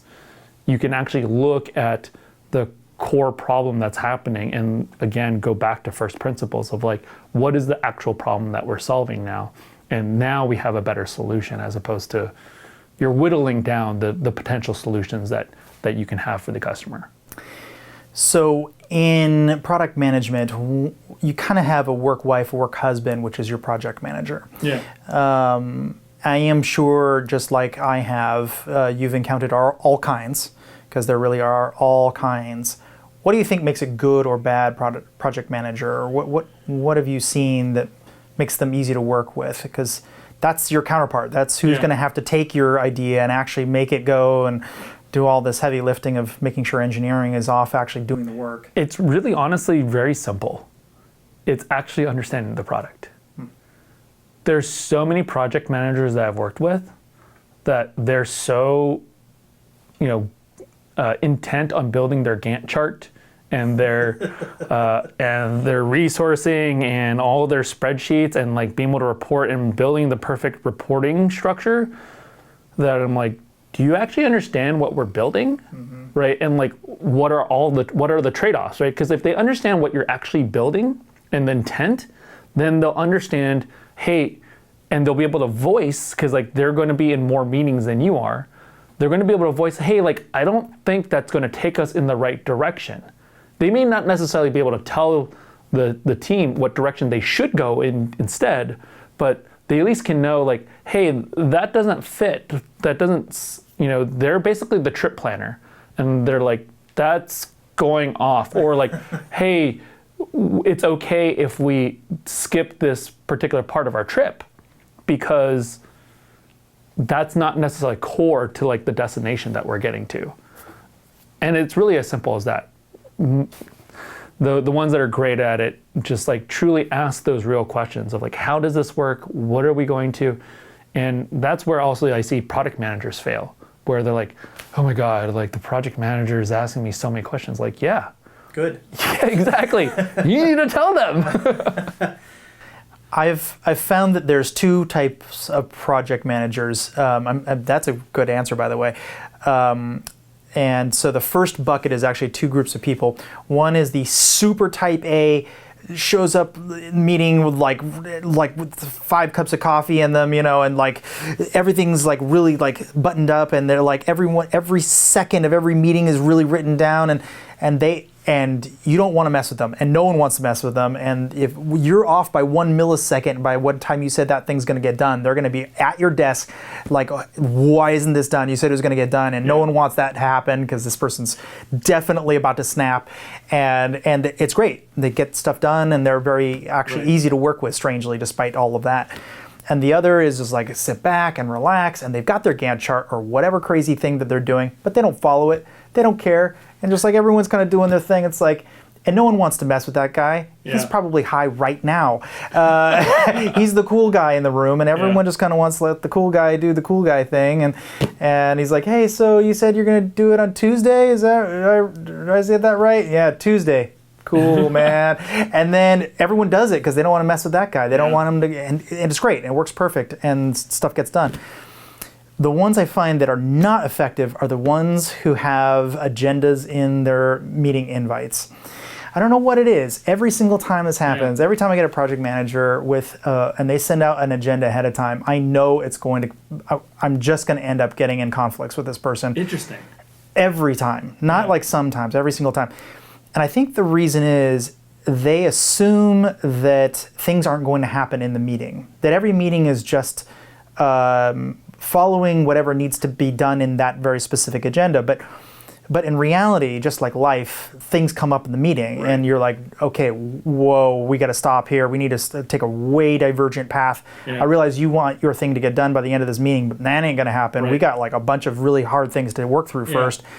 And they're trying to interrupt you, trying to get to the next part of the meeting. Like, no. This is the meeting now.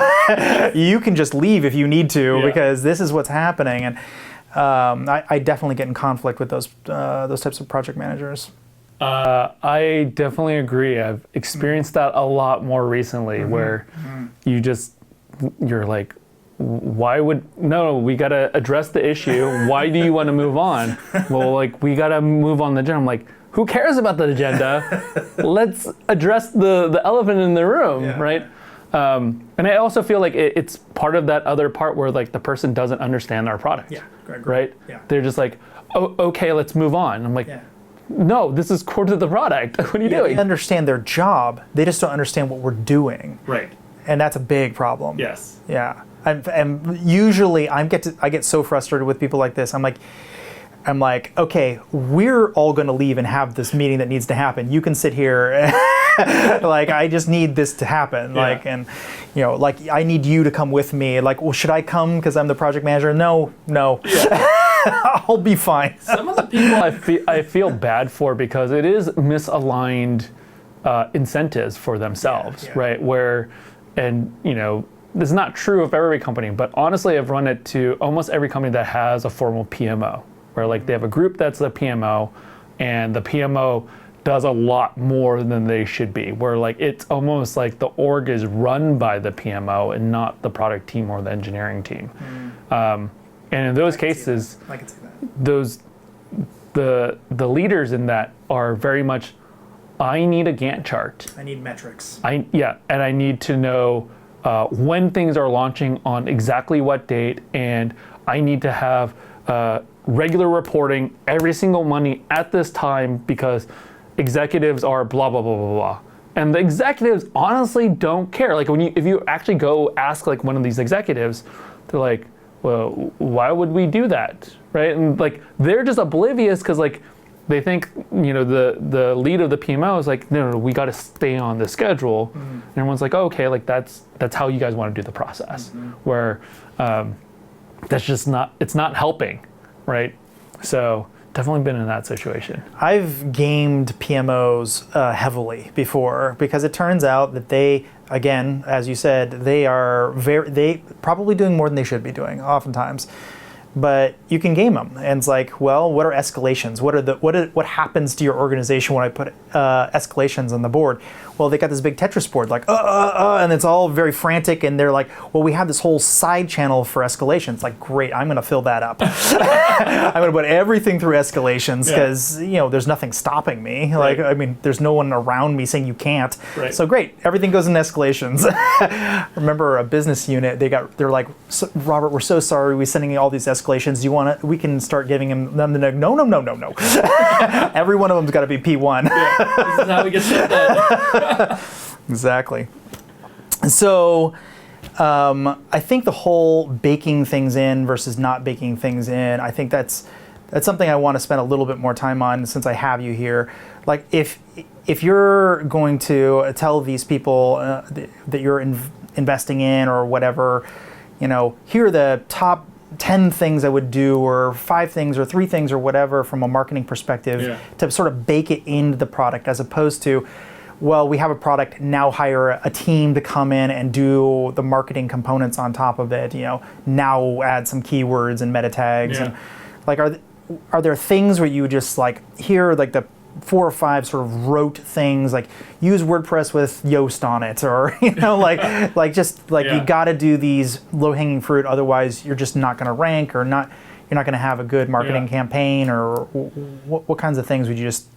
I think honestly it's very situational, but I think it's situational based on kind of the stage of the company and then what type of company they are, right? So if it's something like e-commerce, and I basically, and if they're early stage, I'm like Shopify all the way. Even though from a marketing standpoint, not great, an SEO standpoint, not the best, but from a user delivery and logistics standpoint, solves so many pain points. And it's kind of like whatever makes them go faster where they need to go faster, right? Especially like seed stage, early stage, they haven't reached product market fit. And when you haven't reached product market fit, you honestly don't need that much marketing. You need a little bit. You need to understand your kind of your positioning and your messaging, but you don't need to spin up tons of marketing. You just need to be able to experiment and understand what marketing will do when you get to scale, or when you need to start scaling. But if you haven't reached product market fit, all those marketing things that you would do are going to exacerbate the things that are painful right now that you haven't figured out.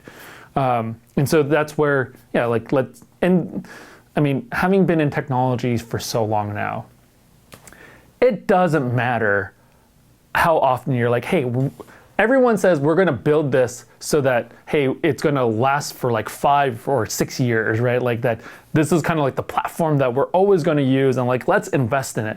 That is complete bullshit. Everyone wants to re-platform every single year. New fancy technology comes out. Hey, engineers are always like, that's super cool. I want to work on that. Because also it builds their resume, right? It gives them job mobility, right?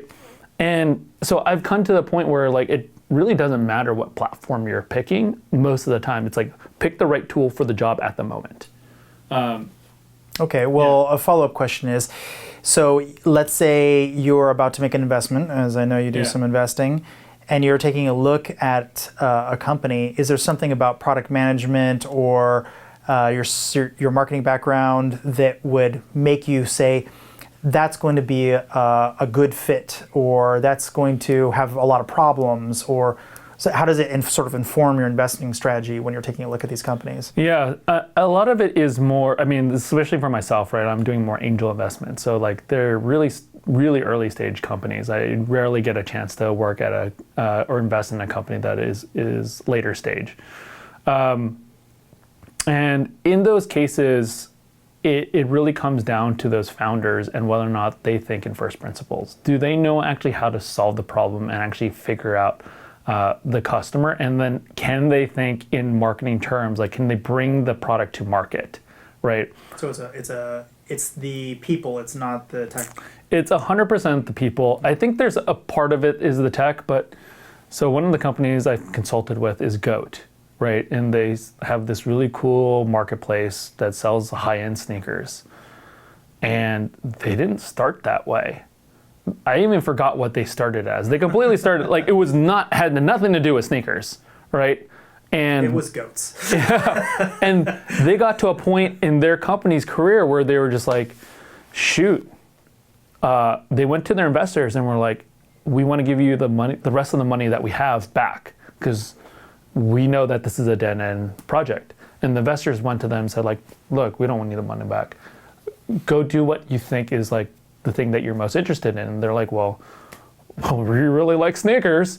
And they built a marketplace on sneakers. And like, that's, the thing is like, they're smart people first and foremost. They understood what they really truly liked. And that's the thing that I'm looking for too, is like, are you a founder or are you a company that is doing the thing that you think that will help you raise money?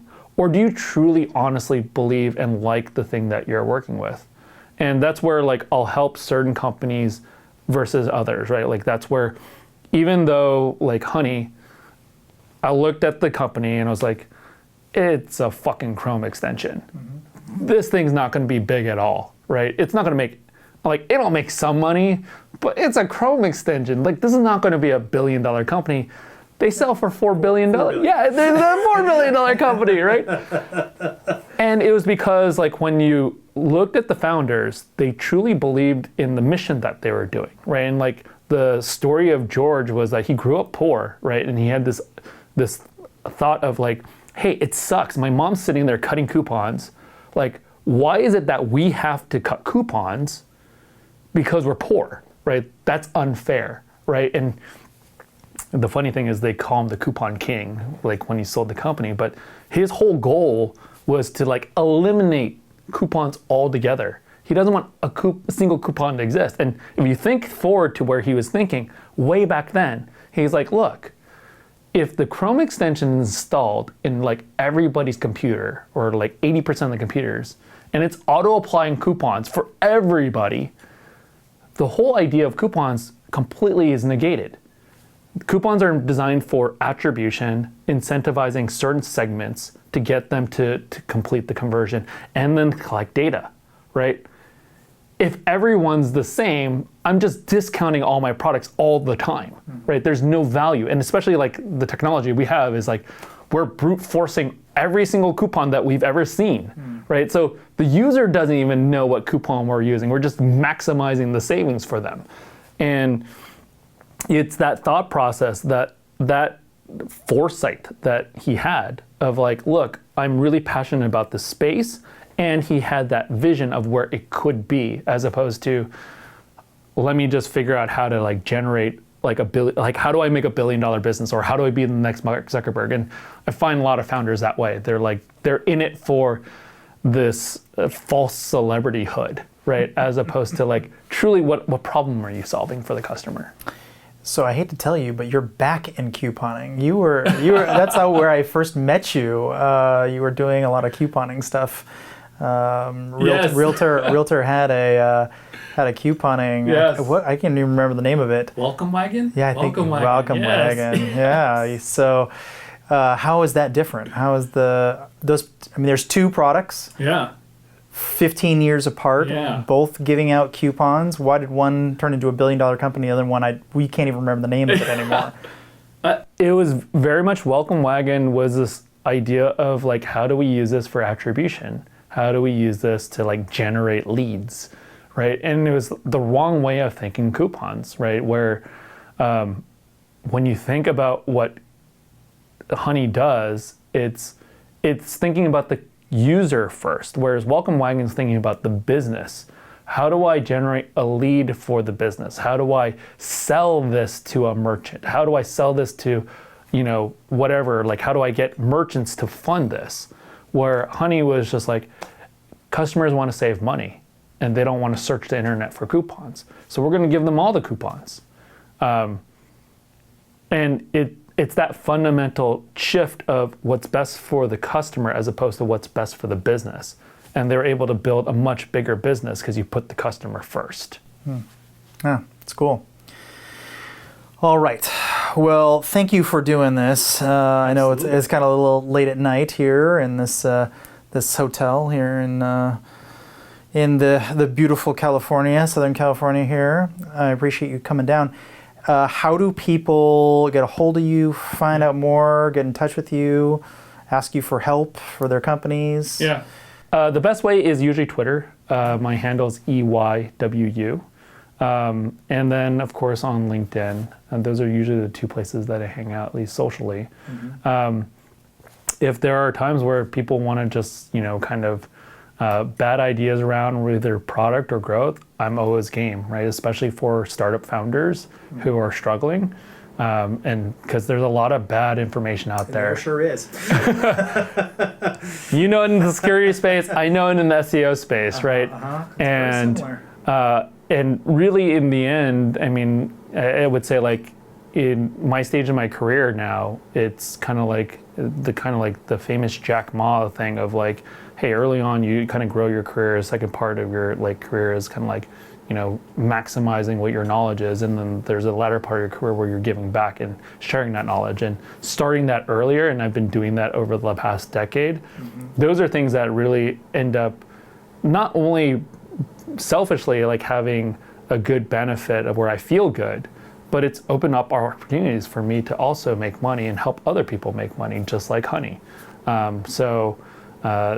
If anyone's out there who needs help, I'm always willing to, geek out on product and growth stuff. Love it. Yeah. Well, thanks again for doing this. Really appreciate it. Yeah. Good seeing you again. Same.